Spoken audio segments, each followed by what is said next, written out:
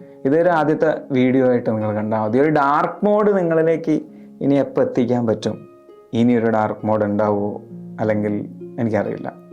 കാരണം എനിക്ക് അത് ചെയ്യാനുള്ളൊരു ത്രാണില്ല.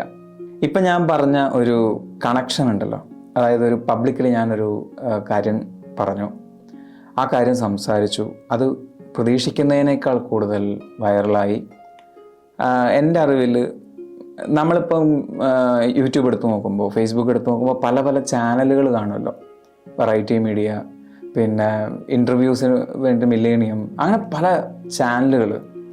ഈ പറയുന്ന ചാനൽസ് നിന്നൊക്കെ എന്നെ വിളിച്ചിട്ടുണ്ടായിരുന്നു, ഡിബേറ്റിനും ചർച്ച ചെയ്യാനോ ഇൻ്റർവ്യൂവിനും എന്നൊക്കെ പറഞ്ഞിട്ട് വിളിച്ചിട്ടുണ്ടായിരുന്നു. അവരോടൊക്കെ ഇപ്പോഴും ഞാൻ പറഞ്ഞുകൊണ്ടിരിക്കുന്നത് എനിക്ക് വോയിസ് റെസ്റ്റിലാണ്, എനിക്ക് സംസാരിക്കാൻ പറ്റുന്നില്ല. കുറേ കഴിഞ്ഞപ്പോൾ അവർ തന്നെ ചിന്തിച്ചു, അല്ലെങ്കിൽ അതിലൊരാൾ എന്നോട് റിപ്ലൈയും ചെയ്തു, നിങ്ങൾ ഒഴിവാക്കാൻ വേണ്ടിയിട്ടാണെങ്കിൽ അത് പറഞ്ഞാൽ പോരെ, എന്തിനാണ് വോയിസ് റെസ്റ്റിലാണെന്നൊക്കെ പറയുന്നത്.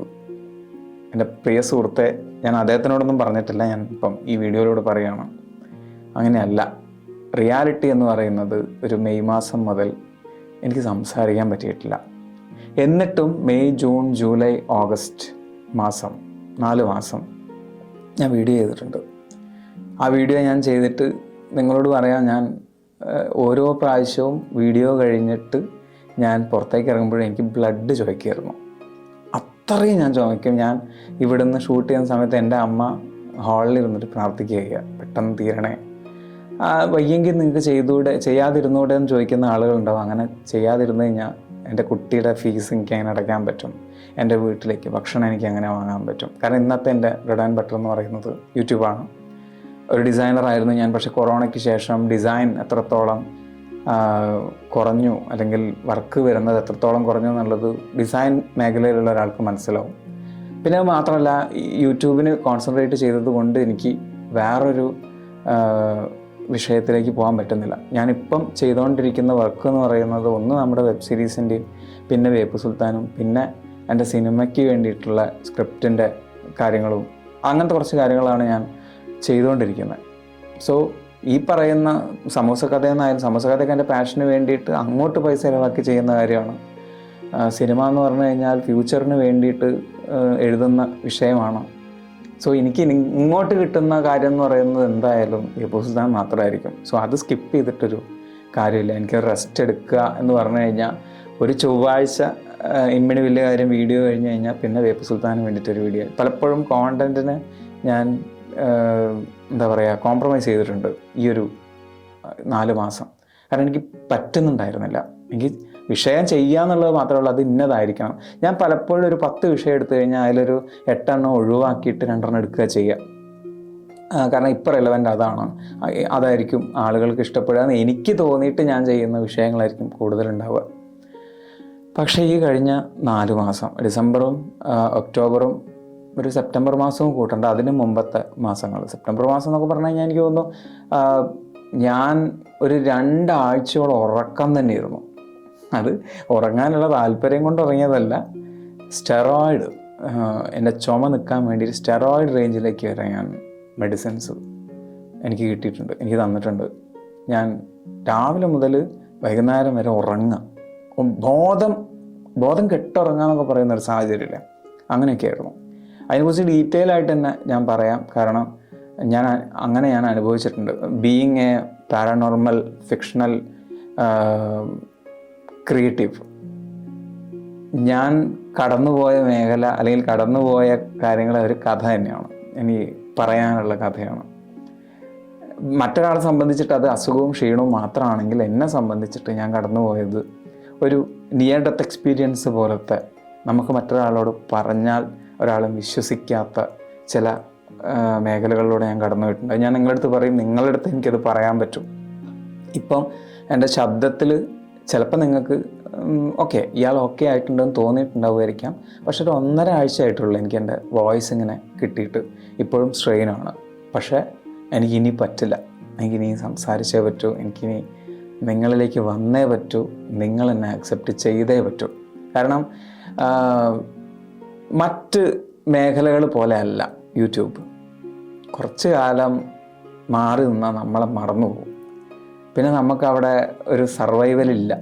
സോ സർവൈവ് ചെയ്ത് അവിടെ പല യൂട്യൂബേഴ്സ് നിങ്ങൾ കണ്ടിട്ടുണ്ടാവും മറ്റു ചില കാരണങ്ങൾ കൊണ്ട്, അല്ലെങ്കിൽ ഇപ്പം എന്താ പറയുക, എന്തെങ്കിലും ചില കാരണങ്ങൾ കൊണ്ടോ, അല്ലെങ്കിൽ ജോലിപരമായിട്ടോ, അല്ലെങ്കിൽ ഒരു ട്രാവൽ ചെയ്തതിൻ്റെയോ അങ്ങനെ എന്തെങ്കിലും ഒരു വിഷയത്തിൻ്റെ പേരിൽ യൂട്യൂബിൽ നിന്ന് മാറി നിന്നിട്ട് പിന്നീട് തിരിച്ചു വന്നിട്ട് അവർ ഫ്ലോപ്പായിട്ടുള്ള ഒരുപാട് അനുഭവങ്ങൾ എനിക്കുണ്ട്, ഞാൻ കണ്ടിട്ടുണ്ട്. ഞാൻ മിക്ക യൂട്യൂബേഴ്സിൻ്റെയും യൂട്യൂബ് ചാനൽസും കണ്ട് വീഡിയോസൊക്കെ കാണുന്ന ഒരാൾ തന്നെയാണ്. അപ്പോൾ അതുകൊണ്ട് തന്നെ ഞാനൊരിക്കലും അങ്ങനെ ആവാൻ പാടില്ല, എനിക്ക് അങ്ങനത്തെ ഒരു അവസ്ഥ വേണ്ട എന്ന് ആഗ്രഹിക്കുന്ന ഒരാളാണ്. അതുകൊണ്ട് തന്നെ ഇനിയും ഒരു ടൈം പറ്റില്ല. സോ എനിക്ക് തിരിച്ചു വന്നേ പറ്റൂ. ഇതൊരു ആദ്യത്തെ വീഡിയോ ആയിട്ട് നിങ്ങൾ കണ്ടാൽ മതി. ഒരു ഡാർക്ക് മോഡ് നിങ്ങളിലേക്ക് ഇനി എപ്പോൾ എത്തിക്കാൻ പറ്റും, ഇനിയൊരു ഡാർക്ക് മോഡ് ഉണ്ടാവുമോ അല്ലെങ്കിൽ എനിക്കറിയില്ല. കാരണം എനിക്ക് അത് ചെയ്യാനുള്ളൊരു ത്രാണില്ല. അതിന് വേണ്ടിയിട്ട് ആ ഒരു ക്യാരക്ടറിനെ ആവാഹിക്കാനുള്ളൊരു പവർ എനിക്കിപ്പോൾ ഇല്ല. കേൾക്കുന്ന ആളുകൾക്ക് ചിലപ്പോൾ അതൊരു തമാശയായിട്ട് തോന്നുമായിരിക്കാം. അതിൻ്റെ കാരണം വേറൊന്നുമല്ല. നിങ്ങളെ സംബന്ധിച്ചിട്ട് നിങ്ങൾ വെള്ളിയാഴ്ചകളിൽ മാത്രം, വെള്ളിയാഴ്ച ഒരു 15 മിനിറ്റ് മാത്രം കേൾക്കുന്ന ഒരു വിഷയം നിങ്ങളിലേക്ക് എത്തിക്കാൻ വേണ്ടി ആഴ്ചകളോളം വായിച്ച് മനസ്സിലാക്കി എഴുതി. കാരണം ഒരു സ്ക്രിപ്റ്റ് ഞാൻ എഴുതുക, എൻ്റെ പ്രസൻറ്റേഷനിലേക്ക് ഒരു സ്ക്രിപ്റ്റ് എഴുതുമ്പോൾ എന്ന് പറഞ്ഞാൽ അതിൻ്റെ മോഡുലേഷൻ പോലും, ആ ഒരു വാക്കിൻ്റെ മോഡുലേഷൻ പോലും ഞാൻ പഠിക്കണം. മിക്കവാറും ഞാൻ ഷൂട്ടിൽ, അപ്പോൾ ഞാൻ പറഞ്ഞല്ലോ 1.5 മണിക്കൂർ കൊണ്ട് ഞാനൊരു ഷൂട്ട് തീർക്കുമെന്ന് പറയുന്നതിൽ തന്നെ ഒരു പാരഗ്രാഫ് ഒരു 3-4 പ്രാവശ്യം വീണ്ടും പറഞ്ഞിട്ട് എനിക്ക് ആ ഒരു മോഡുലേഷൻ ഓക്കെ ആയാൽ മാത്രമേ ഞാൻ ആക്സെപ്റ്റ് ചെയ്യൂ. ഇല്ലെങ്കിൽ ഞാനത് വീണ്ടും റീടേക്ക് എടുക്കും. അങ്ങനെയാണ് അതൊരു 1.5 മണിക്കൂർ ആവുന്നത് പോലും. മിക്ക പാരഗ്രാഫുകളും ഞാൻ കാണാതെ പറഞ്ഞിട്ട് അങ്ങനെ പോവുക, ഒറ്റ സ്ട്രെച്ചിൽ ഞാൻ കാണാതെ പറഞ്ഞു പോകുമ്പോൾ. അപ്പോൾ ഒന്ന് ആലോചിച്ച് നോക്കണം, ആ കണ്ടൻറ്റ് എത്രത്തോളം നമ്മുടെ ഉള്ളിലേക്ക് കയറും. അങ്ങനെ കയറുന്ന സമയത്ത് നമ്മുടെ ഫാമിലീനെ അതെങ്ങനെ ബാധിക്കും. തമാശയ്ക്ക് ബീവി പലപ്പോഴും പറഞ്ഞിട്ടുണ്ട്, ബേപ്പു സുൽത്താൻ കയറുന്നുണ്ട് ശ്രദ്ധിക്ക്. പക്ഷെ അത് ഒരു ബാധ പോലെ ആവുമ്പോൾ എങ്ങനെ ഉണ്ടാവും? അതായിരുന്നു കഴിഞ്ഞ ഒരു കുറച്ചു കാലം. അതൊരു ഭയങ്കരമായിട്ട് ജീവിതത്തിനെ ബാധിക്കുന്നൊരവസ്ഥ വന്നു. എൻ്റെ സുഹൃത്തുക്കൾക്കറിയാം, എൻ്റെ ഫാമിലിക്കറിയാം, നിങ്ങളിൽ ചില ആളുകൾക്ക് ചിലപ്പോൾ തോന്നിയിട്ടുണ്ടാവും. അറിയാൻ സാധ്യത വളരെ കുറവായിരിക്കും. കാരണം നിങ്ങൾ തന്നെ നിങ്ങളുടെ ലൈഫിൽ 24 മണിക്കൂറിൽ 10 മിനിറ്റ് മാത്രമേ കാണുന്നുള്ളൂ.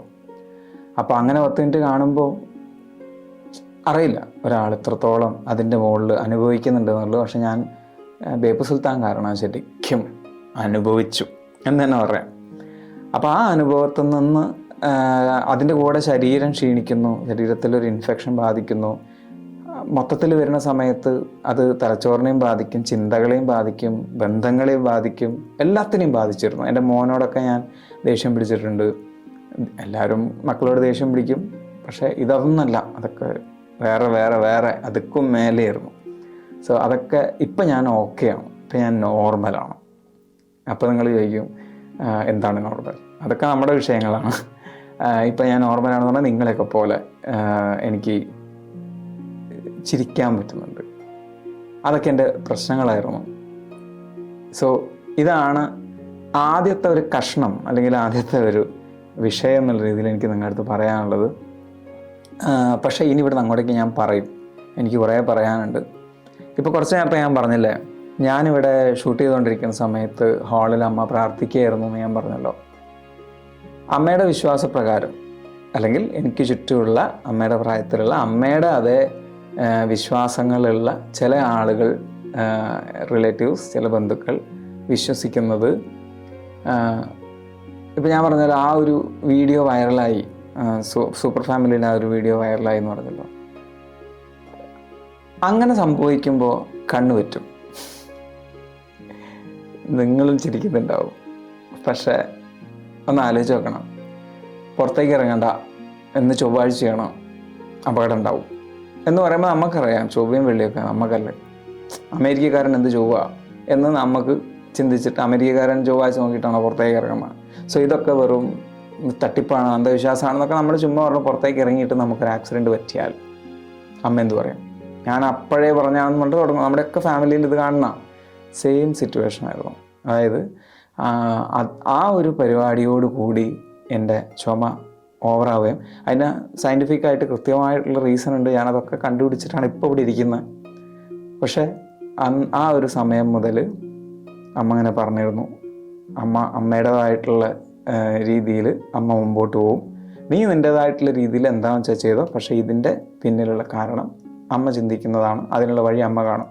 അതുകൊണ്ടാണ് അമ്മ പറഞ്ഞ പോലെ തറവാട്ടിലാണ് ഞാനിപ്പോൾ താമസിക്കുന്നത്. അവിടുന്ന് ഒരു 2-3 മാസത്തിനുള്ളിൽ ഞങ്ങൾ ക്ലിയർ ആവും. ഞങ്ങൾ പുതിയ നമ്മുടെ വീടിൻ്റെ പണി നടക്കുന്നുണ്ടല്ലോ, അവിടേക്ക് മാറാനുള്ള ഇതായിട്ടുള്ള പരിപാടികളാണ്. കാരണം ഇനിയിപ്പോൾ എനിക്കൊരു സ്ഥലത്തേക്ക് പോകുന്ന സമയം എന്ന് പറഞ്ഞു കഴിഞ്ഞാൽ ഒരുപാട് കാര്യങ്ങൾ ശ്രദ്ധിക്കാനുണ്ട്. കാരണം ശാരീരികമായിട്ട് ഞാൻ റിക്കവർ ചെയ്ത് വരുന്നേ ഉള്ളൂ. എനിക്ക് എന്തായാലും ഒരു 3 മാസം നല്ല റെസ്റ്റ് വേണമെന്ന് പറഞ്ഞിരുന്നു. ഇപ്പോൾ ഒരു 2 മാസം കഴിഞ്ഞു. ഡോക്ടർമാർ 3 മാസം എന്ന് പറഞ്ഞാൽ നമ്മളൊരു 5 മാസം കാണണമല്ലോ. സോ അതുകൊണ്ട് കുറച്ചൊരു റെസ്റ്റ് പറഞ്ഞിട്ടുണ്ട്. ഇവിടേക്ക് വരുമ്പോൾ എന്ന് പറഞ്ഞാൽ ഞാനൊരു 2 നില കയറിയിട്ട് വേണം ഇവിടെ വരാൻ. അതെനിക്ക് ഇപ്പം പ്രശ്നമില്ല, ഇപ്പം എനിക്ക് ഇഷ്ടമുള്ള കാര്യങ്ങളൊക്കെ ചെയ്യാം. സോ അങ്ങനെ കുറച്ച് കാര്യങ്ങളുണ്ട്. അപ്പോൾ എനിക്ക് പറ്റിയ വിഷയങ്ങൾ എന്തൊക്കെയാണെന്ന് എനിക്ക് നിങ്ങളുടെ അടുത്ത് പറയണം. അതിൻ്റെ എന്താ പറയുക, പല വഴികളിലൂടെയാണ് അതെനിക്ക് നിങ്ങളുടെ അടുത്ത് പറയാനുള്ളത്. ഒന്നാമത്തത് അമ്മ അതിനെ കണ്ടിട്ടുള്ള വഴി, അതിൻ്റെ വേറെ സാധനം ഞാൻ കാണിച്ചു തരാം.